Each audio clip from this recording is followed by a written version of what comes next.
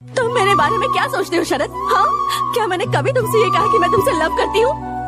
मैं तुमसे बहुत प्यार करता हूँ और जब से तुम मेरी लाइफ में वापस आई हो तब से और भी प्यार। बस बहुत हुआ, मैं तुम्हारे बारे में ऐसा नहीं सोचती और तुमसे प्यार करूँ भी क्यों शरद? हाँ देखो, तुमने मुझसे जो कुछ कहा था और तुमने मुझ पर जो हाथ उठाया था, ये मैं जिंदगी भर नहीं भूल सकती।